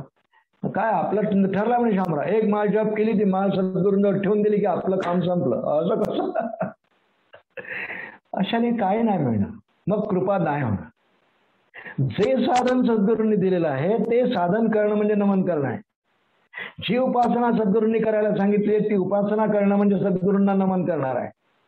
जे मला सद्गुरूंनी करायला सांगितले ते अगदी नित्य नियमाने करणं म्हणजे सद्गुरूंना वंदन करणं आहे. सद्गुरूंच्या तसरीला वंदन एक करणं चांगली क्रिया आहे, पण खरं वंदन निवांत केले. माऊली म्हणतात निवांत करायचं असेल तर सद्गुरूंच्या उपदेशाप्रमाणे आचरण. परमपूजनीय सद्गुरू समर्थ सद्गुरू श्रीराम महाराज रामनामाचे प्रचारक होते ना, योजनेप्रमाणे ईश्वराच्या रामनाम घ्यावं, खूप घ्यावं. सद्गुरूंच्या स्मरणाची क्रिया ही काकड्यापासून प्रारंभ. काकड्या याचा अर्थ आपण सगळे नियमाने काकडा करीत असाल की नाही याचं मला ज्ञान नाही, पण काकडा करीत नसाल उठल्याबरोबर म्हणा कराग्रे वसते लक्ष्मी करबध्ये सरस्वती करमुलेत गोविंद प्रभाते कर दर्शन. सगळ्यात पहिल्यांदा उठल्याबरोबर काही करायचं असेल सद्गुरूंचे नाममात्र तेच आम्हा वेदशास्त्र हात जोडावे अंथरुणावर बसूनच, आणि आपल्या सद्गुरूंचा जो जय जयकार बिरुदावली संप्रदायाप्रमाणे आहे ती सगळ्यात पहिल्यांदा म्हटल्याशिवाय प्रातस्मरणे पुढे करावं, नंतर करावं. आधी गुरूंचं नाव आणि मनात त्यांना वंदन केल्याची भावना. समजा आपले सद्गुरू ब्रह्मचैतन्य महाराज आहे, प्रत्यक्ष तिथे अनुग्रह घेतला, ब्रह्मचैतन्य महाराज की जय इतकं म्हणा. पहा, एक वर्षभर करून पहा काय अनुभव. मी आपल्याला अनुभवाने सांगतो. सद्गुरूंच्या स्मरणामध्ये दिवस प्रारंभ आणि सद्गुरूंच्या स्मरणात सगळ्यात शेवटी दिवसाचा त्या दिवसाचा शेवट. शेजारती करीत असतात उत्तम, नसात आपण करा. निद्रादी होण्यापूर्वी पुन्हा ब्रह्मचैतन्य महाराज की जय सांभाळा महाराज. आणि मागायचं असेल तर एकच मागावं की महाराज आपण जी साधना किंवा उपासना आम्हाला दिलेली आहे ना ती जास्तीत जास्त आमच्याकडून करून घ्या, त्यात मन रमू द्या. कारण माणसाला भरोसा नाही पुढे काय होईल आयुष्यात. संगती संगत वर्षेण, काही वाईट संगती तर कोणाला लागणार नाही संप्रदायात, परंतु अशी मंडळी आहेत की एक माळ जपली माळ. अरे मला तर ज्यांनी साधकांनी म्हटलं ना मला तेव्हा खूप बरंही वाटलं नाही. अर्थात ते काही फार उच्च कोटीतले साधक होते असं मी म्हणत नाही, पण भक्त होते. मी त्यांच्याकडे गेलो, जप प्रचार करण्याला म्हटलं रामनामाची एक माळ तरी घेत जाल का? नाही म्हणे आम्ही आमच्या सद्गुरूंनी सांगितलेली घेतो. तर तुम्ही काय करता? आम्ही आंघोळ करतो, एक माळ जपतो, मग ती माळ सद्गुरूंजवळ टाकून देतो. अरे म्हणजे सद्गुरूंनी दिवसभर जप करायचा आहे असं नाही होते. हो, सद्गुरूंचं स्मरण, सद्गुरूंच्या वंदनाबद्दलची मनात अखंड भावना. जेथे जातो तेथे तू माझा सांगती, तस्मै श्री गुरवे नमः. अखंड सद्गुरू स्मरणाने काय मिळत नाही. अनेक साधक कथा आहेत. स्वामी विवेकानंद आहे, रामकृष्ण परमहंस, काय चरित्र आहे हो.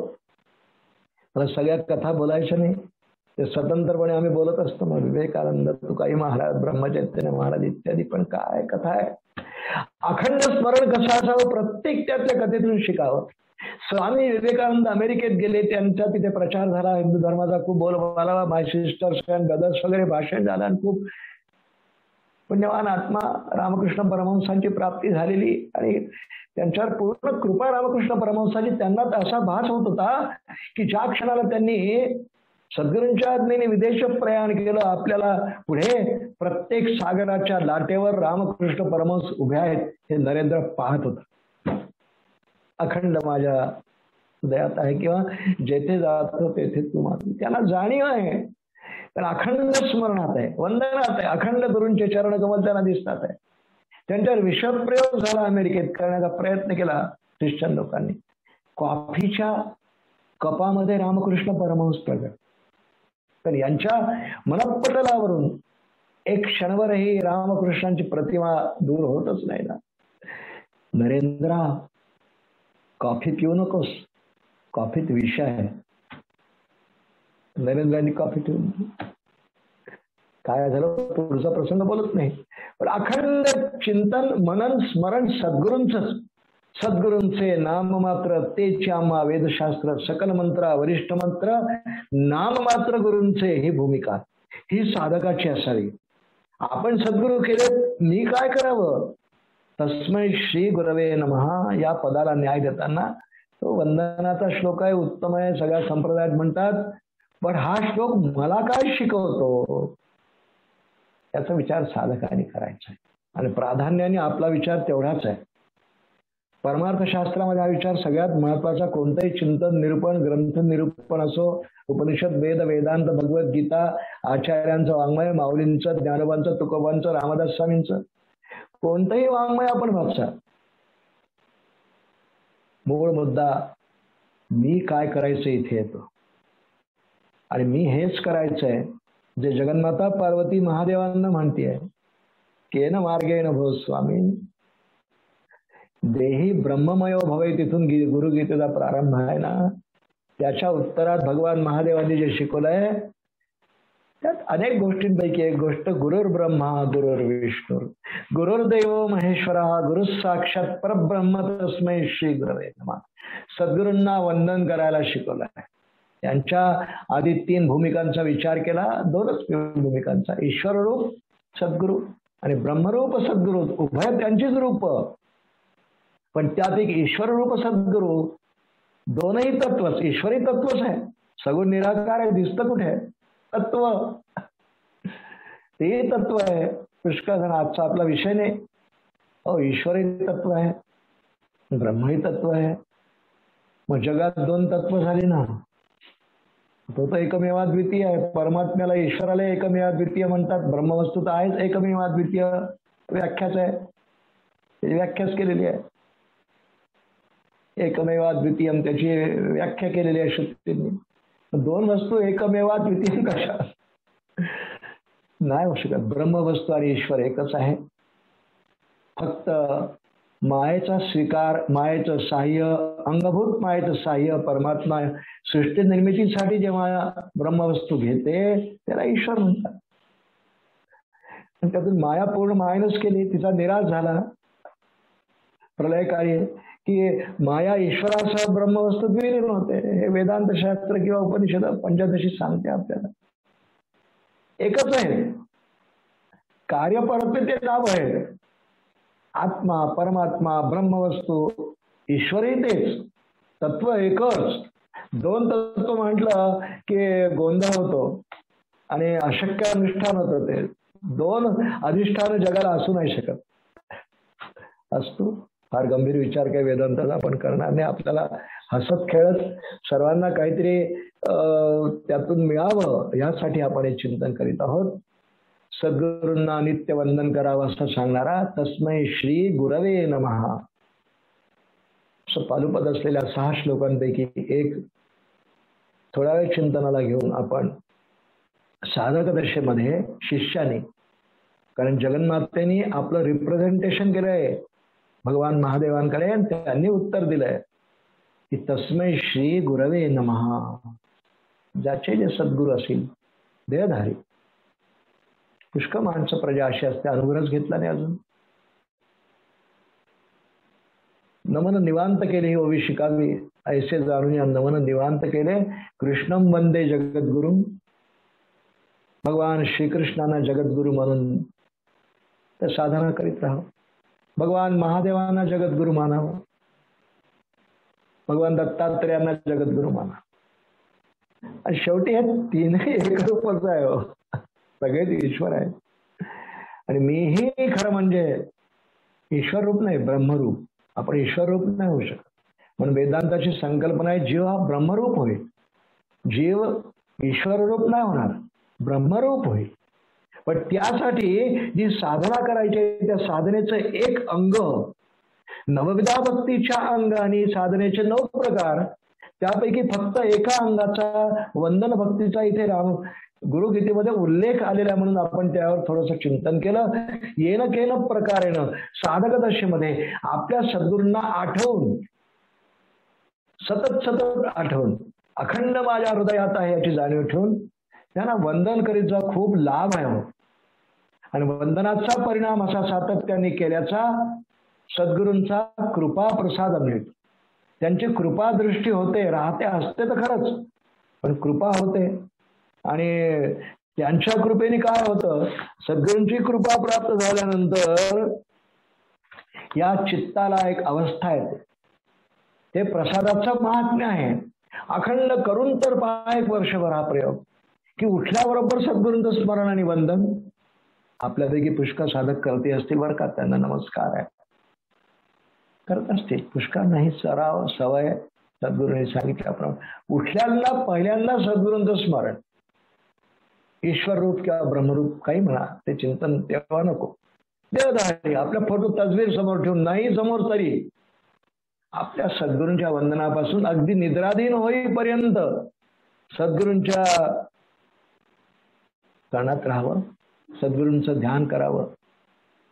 सद्गुरूंची कृपा होते, प्रसाद मिळतो. प्रसादाचं महिमान असा ईश्वर होते. हो, देखे अखंडित प्रसन्नता, ही माऊलींची ओवी आहे.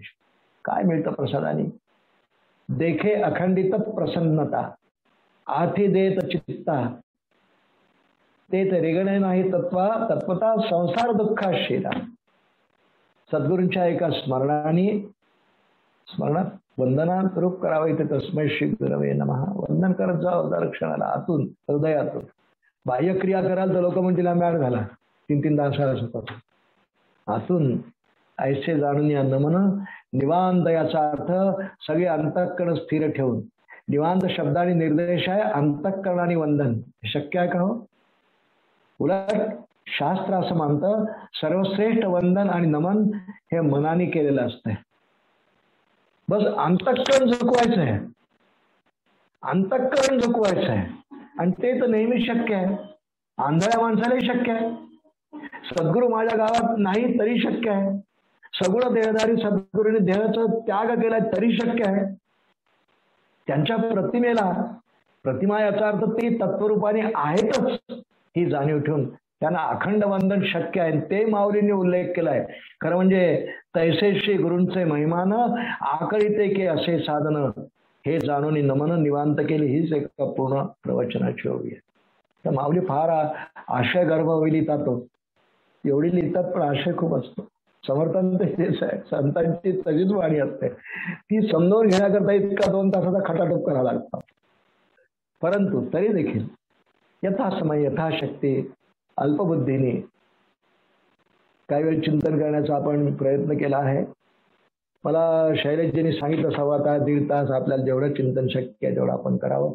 उदाहरणं आपल्याला अनेक घेता येतील, पण सद्गुरूंच्या ठिकाणी एकनिष्ठ राहून माझ्या देहधारी सद्गुरूंच्या मध्ये ईश्वररूप आणि ब्रह्मरूप दोन्ही तत्वरूपाने विराजमान आहे, अशा सद्गुरूंना मी नित्य वंदन करतो. असं नुसतं म्हणायचं नाही, करायचं खरंच दर क्षणाला. पहा, काही दिवस आपण करून बघा, करीतही असाल. सद्गुरूंच्या स्मरणाने फार मोठा लाभ आहे. आणि म्हणून ब्रह्मचैतन्य महाराजांनी तर खरं हे सर्व तत्वज्ञान, जे मी काही तत्वज्ञान बोललोच नाही, पण हे सगळं फार सोप्या सोप्या शब्दामध्ये 365 प्रवचन आहेत ना, फार भावगर्भ आहेत. आपल्याला उपदेश करणारी तर आहेतच, पण त्याचबरोबर खूप मार्गदर्शन छान आहे. हो, आमच्या श्रीराम महाराजांची काय पुस्तिका आहे, सोपे सोपे शब्द. ब्रह्मचैतन्य महाराजांच्या कोणत्याही वाङ्मयात कुठे कठीणता नाही, पण त्यांची उंची तेवढीच आहे बरं का. मूळ चरित्र आपण ब्रह्मचैतन्य महाराजांचा वाचा, श्रीराम महाराजांचा वाचा. साधनेची उंची तर आहेच मोठी, पण ज्ञान भूमिकेतही खूप उंचीला आहे तो. ब्रह्मचैतन्य महाराज काय, श्रीराम महाराज काय, पूज्य प्रल्हाद महाराज सद्गुरुपदी आहेत ना, सच्चित आनंद स्वरूपच आहेत. ते तिन्ही अंगाने परिपूर्ण आहेत. ही आपली श्रद्धा असलीच पाहिजे. श्रोते हो, पुन्हा एकदा मी श्लोक म्हणतो की ज्यावर आपण थोडंसं चिंतन केलं. गुरुर् ब्रह्मा गुरुर्विष्णू गुरुर्देवो महेश्वरः गुरु साक्षात परब्रह्म तस्मै श्री गुरवे नमः. याच्यावर चिंतन करण्याची, खरं चिंतन नाही हो, मी सुरुवात तिथूनच केली होती. समर्थ सद्गुरू श्री श्रीराम स्वामी महाराज यांची सेवा करण्याचं हे पुण्य मला लाभतंय. सेवाच आहे सगळी ही. आणि त्यासाठी किती मेहनत घेऊन, ज्या गावाहून सध्या समारंभ सुरू आहे ऑनलाईन, अमरावतीचे सगळे साधक श्रीराम महाराजांचे शिष्य भक्त किती श्रम घेतात त्याची मला प्रत्यक्ष जाणीव आहे. उत्सव प्रत्यक्ष पाहिलेला आहे. त्या उत्सवात प्रत्यक्षही मी सहभागी झालेलो आहे. तूर्त आभासी प्रक्रियेने आपण होतो आहोत. अनेकांची यात प्रवचन मार्गदर्शन आहेत, पण सगळ्यात मूळ आधार रामनाम आहे 13 कोटी. मी आपल्याला जाहीरपणे जे जे प्रवचन ऐकत असतील त्या सर्वांना जाहीर आवाहन केलेलंच आहे शैलेशजी आणि टीमने. पुन्हा एकदा माझ्यातर्फे वैयक्तिक करतो आपण सर्वांना की जे माझ्या सद्गुरूंनी मला, म्हणजे आम्ही त्यांची प्रार्थना करताना नेहमी एक म्हणतो ते आपण करावं, जास्तीत जास्त रामनाम करून आपला जो संकलक असेल त्याला त्याच दिवशी कळवावं. म्हणजे तो संकलक जी व्यवस्था जपसंकलनासाठी अमरावतीला केलेली आहे त्यांना कळवली जाईल. अर्थात संपूर्ण हा कार्यक्रम यशस्वी होण्याकरता समर्थ सद्गुरू श्रीराम महाराज पाठीशी आहेतच, यात काही वादच नाही. ते नक्की करून घेणारच आहे, त्यात माझ्या मनात शंका नाही.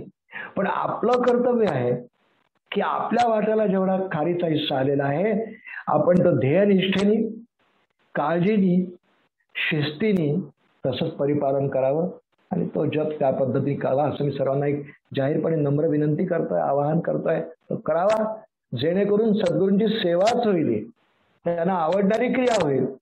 संकल्प त्यांचा आहे, पूर्ण करणारे तेच आहे, नक्की होणार आहे. अनेक थोर आणि मोठ्या लोकांचे आशीर्वाद आहेत, प्रत्येकाने तो प्रयत्न करावा. आमच्या पूज्य सद्गुरू प्रल्हाद महाराजांना आम्ही प्रार्थना करताना एक मागणं मागत असतो, ते आपण श्रीराम महाराजांना मागा. सद्गुरुनाथा श्री प्रल्हादा दया करा हो मजवरती. सद्गुरुनाथा श्री प्रल्हादा दया करा हो मजवरती. राम नाम नितरा हो कंठी, राम नाम नितरा हो कंठी. हेच मागणे तुम्हा प्रती, हेच मागणे तुम्हा प्रती. तुझ्या कृपेने भवसागर हा आम्ही तरू हो रघुपती. तुझ्या कृपेने भवसागर हा आम्ही तरू हो रघुपती. आम्ही तरू हो रघुपती. आम्ही तरू हो रघुपती. राजाधिराज प्रभु रामचंद्र भगवान की जय. महारुद्र हनुमान की जय. सद्गुरु समर्थ रामदास स्वामी महाराज की जय. समर्थ सद्गुरु श्री श्रीराम महाराज की जय. जय जय रघुवीर समर्थ.